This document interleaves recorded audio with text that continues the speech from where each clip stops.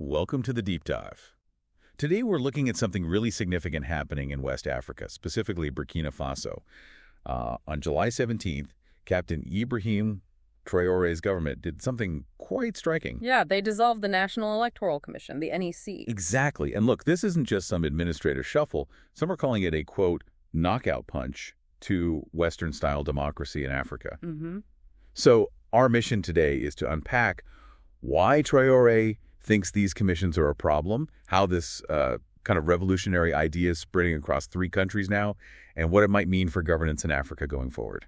Okay, let's get into it. What's really fascinating here, I think, is that this move isn't just about changing a government department. It's deeply ideological. It's a direct challenge to these long-held ideas about governance, about international relations. Especially the democratic models often pushed by the West, right? Precisely. It questions the whole framework. And Traore, based on the sources we looked at, he wasn't exactly subtle about it. He called Burkina Faso's commission an $870,000 annual waste of money. Wow. And even a tool of foreign manipulation. Yeah. So it really makes you think, is this just about saving cash, or is there something, much deeper going on?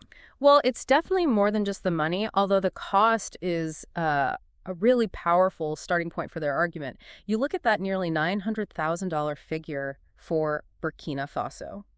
Which is a lot for them. It is. But then you compare it, our sources point to Nigeria's INEC, their electoral commission. They apparently spent over $2 billion on the 2023 elections. $2 billion? Yeah. And the result, reports of a, quote, glitchy biometric system, major failures, and a presidential win that was, let's say, heavily disputed. Right. Not exactly a smooth process. Not at all. And look at Kenya. Their commission cost taxpayers hundreds of millions over the years, but elections there have still seen violence, legal challenges, even South Africa. Their commission has overseen voting for decades. But the sources argue that inequality and poverty have actually gotten worse during that time. And the official line from Burkina Faso's Minister of Territorial Administration, Emile Zebu, was pretty blunt too. He said the commission was budget-consuming and inconsistent with the transition charter. Exactly. And that transition charter is key. It's the roadmap for the current interim government. Zebu also added that getting rid of it would reinforce sovereign control over electoral processes and limit foreign influences. Ah, so there's the control aspect. Right. That's the bigger picture. Think about how these commissions often work across Africa. Commissioners get appointed through political deals or, they're influenced by foreign donors, international groups. Use foreign tech, foreign procedure. Exactly. Foreign technical help, foreign suppliers, foreign designs.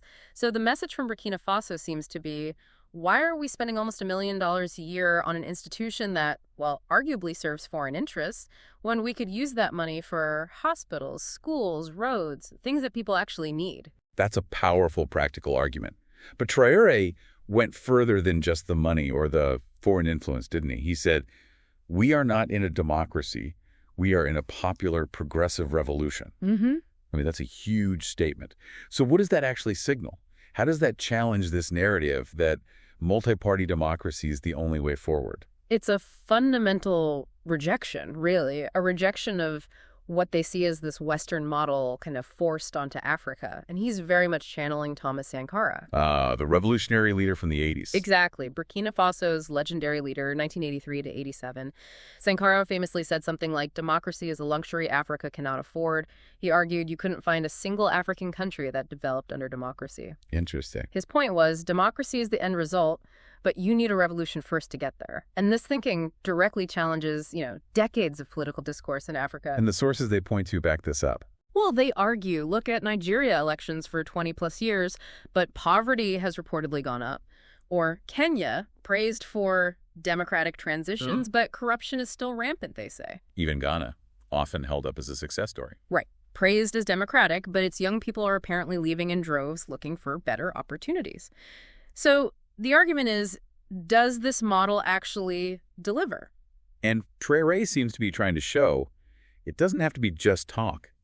Since taking power in 2022, his government's reportedly made some changes. Tangible things, yeah. Nationalizing gold mines, kicking out French forces, shifting money from bureaucracy to, tangible development projects. Right. Roads, hospitals, schools again. And apparently maintaining security against extremist groups, too, which is a huge challenge there. Right. So what you're seeing is this revolutionary model, you could call it. It prioritizes results over rituals, development over endless debate, and sovereignty over getting international approval. And that message is finding an audience. It seems to be. Our sources suggest it's really resonating across the continent, especially with young people who feel like elections haven't really changed their lives. Now here's where it gets really interesting. Traore isn't doing this alone.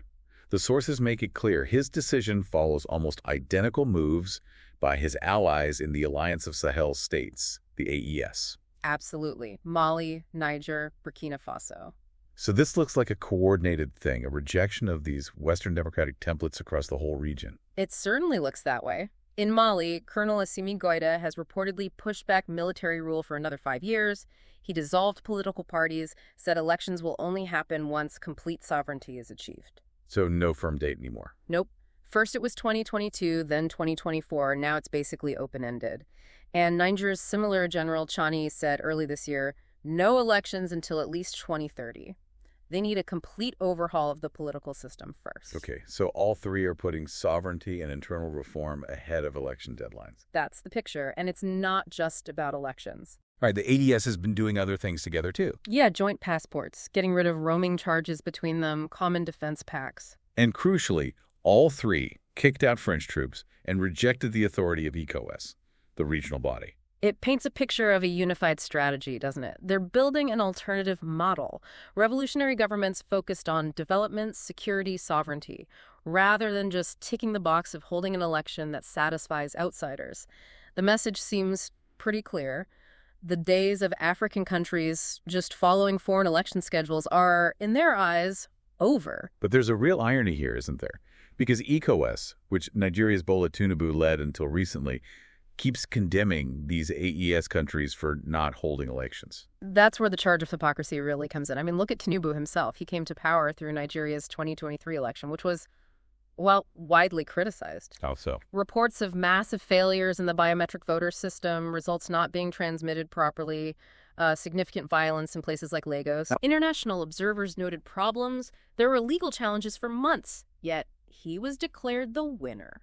And Nigeria isn't the only example within ECOWAS. No. Think about Senegal earlier this year. Their 2024 election was nearly postponed indefinitely until pressure mounted. And President Macky Sall had previously changed the constitution to run for a third term, which caused deadly protests. So you've got leaders who came out of these flawed systems demanding immediate elections from the AES countries, even hitting them with sanctions. Exactly. While critics say they ignore the deep problems in their own systems, the AES leaders, according to the sources, are basically asking, if ECOWAS elections are so great, why do they keep producing leaders who oversee poverty, corruption, and dependence on former colonizers? It's a sharp question. And Traore getting rid of the election commission seems like a direct jab at that contradiction. It certainly frames it that way. Okay, but the standard criticism of leaders like Traore is always authoritarianism, right? That they don't have real popular support. But there was this alleged coup attempt against him back in April 2025. Yeah. That event actually seemed to show the opposite, didn't it? How so? Well, when the news broke about this alleged plot, which Burkina Faso's security minister claimed was masterminded from Ivory Coast. Ivory Coast.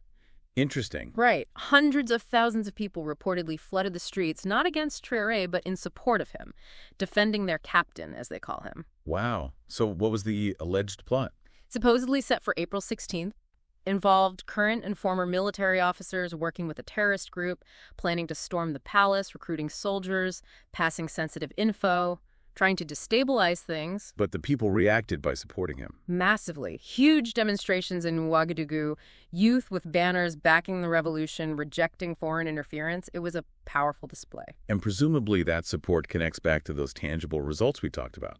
The roads, the mines staying local, security improving in some areas. It seems directly linked. People see things happening, or at least believe things are happening, without foreign loans, with national resources being used differently, and they connect that to his leadership. And that Ivory Coast connection is suggestive, too.